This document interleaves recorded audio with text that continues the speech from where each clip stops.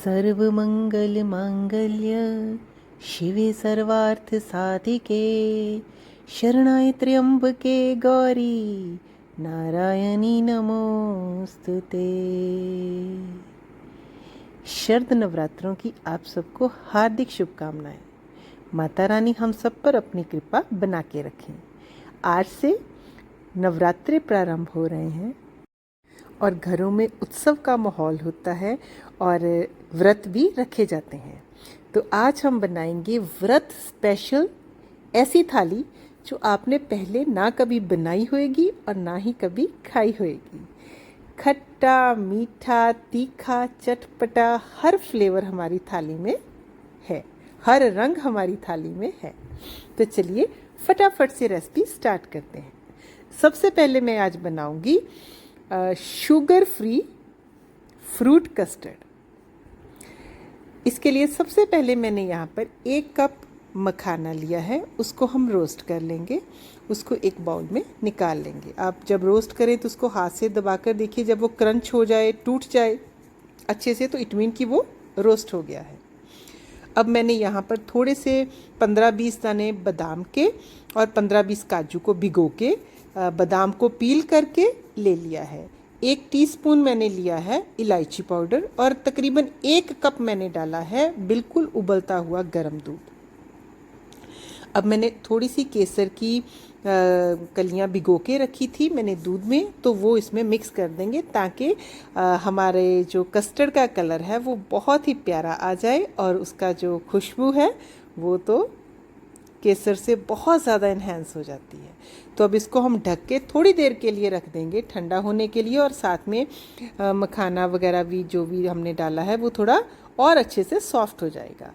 अब हमने इसको मिक्सर जार में लेना है और इसका एक स्मूथ फाइन पेस्ट तैयार कर लेना है।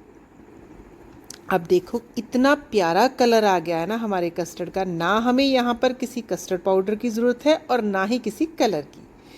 मैंने यहाँ पर 2 भिगी हुई खजूर डाली हैं, उसमें से सीड निकाल दिया है। अभी मैंने ना इसको आधा ही चर्न किया है, हल्का सा ये अभी दरदरा है, तो मैंने डाला है 1 बनाना। तो अब हम इसको अच्छे से पीस लेंगे। तो ये देखिए बहुत ही मतलब इतना टेस्टी वाला ये कस्टर्ड बन के तैयार होता है ना, और ना किसी शुगर की ज़रूरत है और ना ही किसी कस्टर्ड पाउडर की, क्योंकि हम व्रत के लिए बना रहे हैं तो हम तो वैसे भी इसको नहीं डाल सकते, और आप व्रत के बिना भी इसको बहुत मज़े से एंजॉय कर सकते हैं। अब मैंने यहाँ पर लिए हैं कुछ फ्रूट्स। मैंने लिए हैं स्ट्रॉबेरी, पियर, एप्पल, मैंगो, पोमीग्रेनेट। आप अपनी चॉइस से कोई भी फ्रूट ले सकते हैं, जो आपके पास अवेलेबल है आप वो ले सकते हैं। आप ग्रेप्स भी डाल सकते हैं, आप चाहो तो ऑरेंज भी डाल सकते हैं अगर आपको पसंद है तो कोई भी फ्रूट चलेगा। तो अब इसको मिक्स कर देंगे और ऊपर से मैंने डाले हैं थोड़े से पंपकिन सीड्स, थोड़े से सनफ्लावर सीड्स, थोड़ी सी बादाम और काजू को बारीक बारीक कट करके, और ऊपर से डाल दिए थोड़े से और अनार के दाने। तो इसको हम रख देंगे ठंडा होने के लिए फ्रिज में। तो अभी हम बना लेते हैं शाही पनीर। तो इसके लिए मैंने छोटी सी 1 लौकी का पीस लिया है, 2 टमाटर लिए हैं। गैस पर एक पैन चढ़ाएंगे, उसमें मैंने डाला है शुद्ध घर का गाय का देसी घी। इसमें मैंने कुछ मसाले डाले हैं, जिसमें मैंने 2 इलायची, 2 लौंग, 1 दालचीनी का टुकड़ा और 1 बड़ी इलायची, मोटी इलायची भी उसको बोलते हैं, वो डाल दिया है। और जो हमने लौकी कट करी थी छोटे छोटे पीस में, उसको डाला है। 1 मिनट तक लौकी को भूनेंगे, फिर हम इसमें डाल देंगे टमाटर। 1 मिनट तक उसको भी भूनेंगे हम अच्छे से। फिर मैंने लिए हैं यहाँ पर भिगे हुए बादाम और काजू, उनको डाल दिया है, उनको भी मिक्स करेंगे। 2 हरी मिर्च मैंने डाल दी है। हल्का सा आप इनको 1 आधा मिनट ना सारी चीज़ को भून लीजिएगा। फिर उसके बाद मैंने इसमें डाला है थोड़ा सा पानी, थोड़ा सा कटा हुआ अदरक और स्वाद के अनुसार नमक। अब इसको मिक्स करेंगे। अब हमने इसको ढक के पकाना है तब तक जब तक कि हमारा टमाटर जो है वो अच्छे से गल जाए, काजू गिरियाँ सब अच्छे से सॉफ्ट हो जाएं। तकरीबन 20-25 मिनट तो लग जाएंगे इसमें। तो ये देखिए सारा मसाला हमारा अच्छे से सॉफ्ट हो गया है। अब हम इसको ढक के रख देते हैं ठंडा होने के लिए, क्योंकि गरम गरम हम इसको नहीं पीस सकते। अब हम बनाएंगे व्रत के लिए बहुत ही मज़ेदार सा अचार। तो यहाँ पर मैंने ले लिए हैं थोड़े से 7-8 नींबू लिए हैं ये, और साथ में मैंने ली हैं 2 हरी मिर्च, वो बड़ी मतलब रेड कलर की हो गई है पड़ी पड़ी, तो आप हरी भी ले सकते हो, मैंने लाल ली है, कोई फ़र्क नहीं इसमें पड़ता।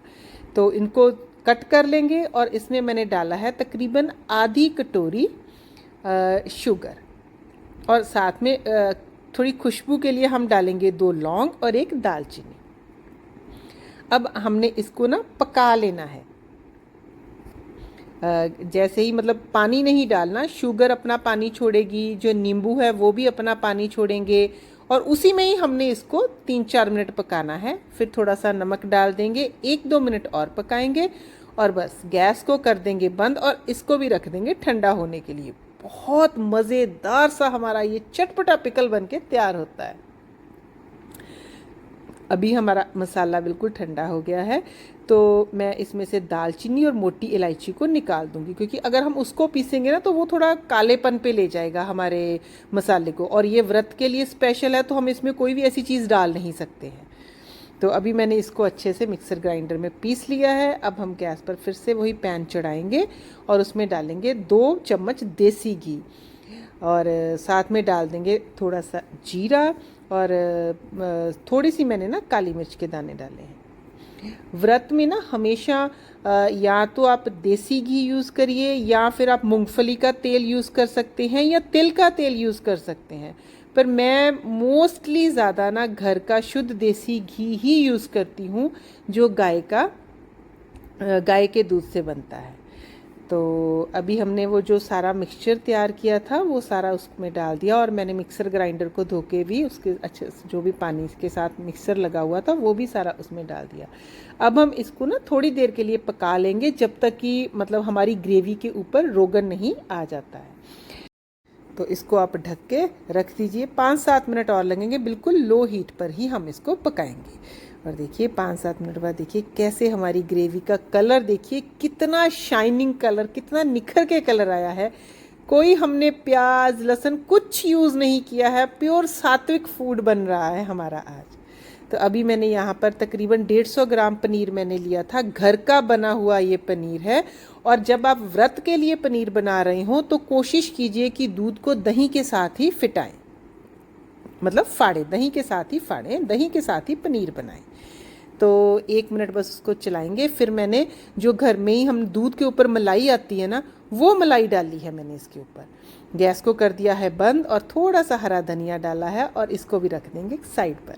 अब हम बना लेते हैं एक दही, फ्रूट का ही हम बनाएंगे आज दही भी। तो मैंने 1 बाउल घर का जमा हुआ दही लिया, उसको अच्छे से फेंट लिया।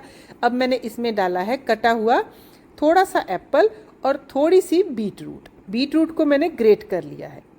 आप अगर कुछ भी इन चीज़ों में से व्रत के लिए नहीं खाते हैं तो आप उसको ईजिली स्किप कर सकते हैं। अगर आप बीटरूट नहीं खाना चाहते तो आप इसकी जगह अनार डाल सकते हैं, बनाना डाल सकते हैं। तो दही भी हम रख देंगे फ्रिज में ठंडा होने के लिए। अब हम बनाते हैं एक मज़ेदार सी सैलड। तो इसके लिए मैंने यहाँ पर खीरे को लंबे लंबे लच्छों में काट लिया है, आप चाहो तो कद्दूकस भी कर सकते हो।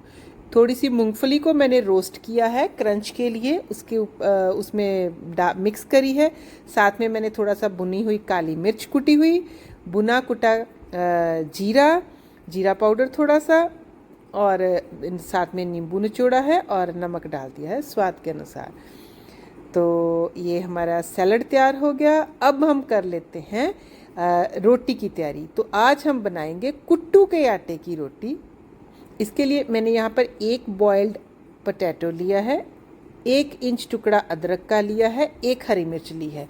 अदरक हरी मिर्च आप अपने हिसाब से कम ज़्यादा कर सकते हैं।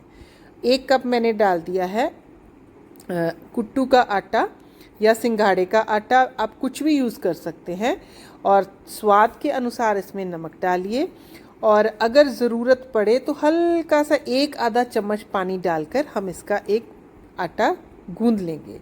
तो इसको घी लगा के मैंने रख लिया है। और अब हम कर लेते हैं अपनी कुट्टू के आटे की रोटी बनाने की तैयारी। तो हथेली पर हम देसी घी लगाएंगे, और एक लोई बनाएंगे और जो मैंने चकला लिया है ना उसके ऊपर भी हम हल्का सा देसी घी ही लगाएंगे।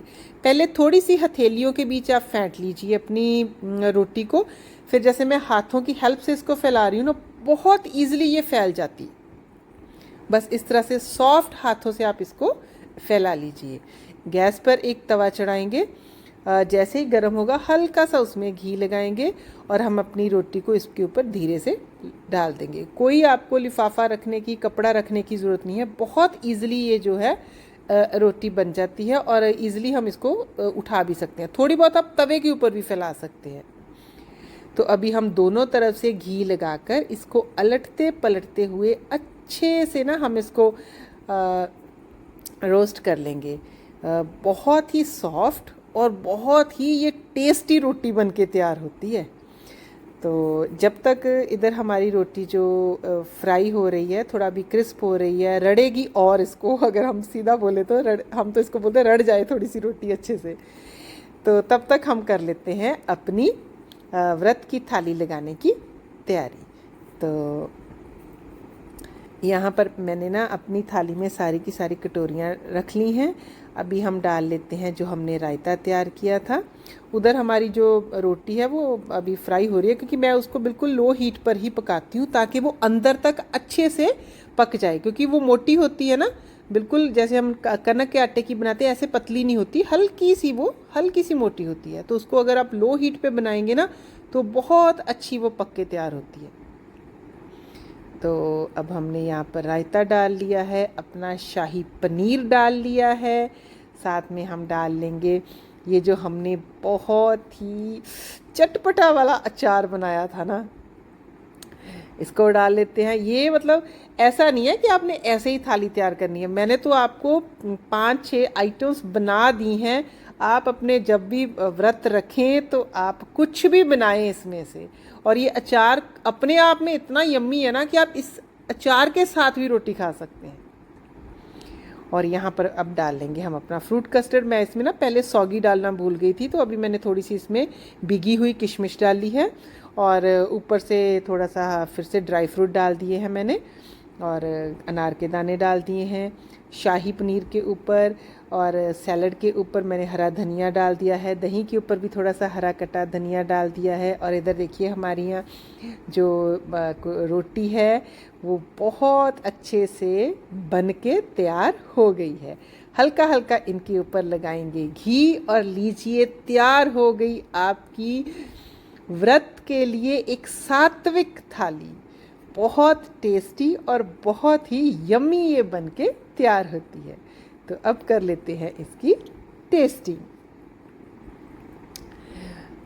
तो मैंने तो बना ली है, अब आप भी बनाइए, खाइए, मज़े कीजिए, और मेरी वीडियोस को लाइक, शेयर और सब्सक्राइब करना ना भूलें। मेरे चैनल को सब्सक्राइब ज़रूर करें और साथ में बेल आइकन को दबाएं ताकि आपको मेरी आने वाली हर वीडियो का नोटिफिकेशन सबसे पहले मिल सके। Thank you, bye bye, happy Navratre.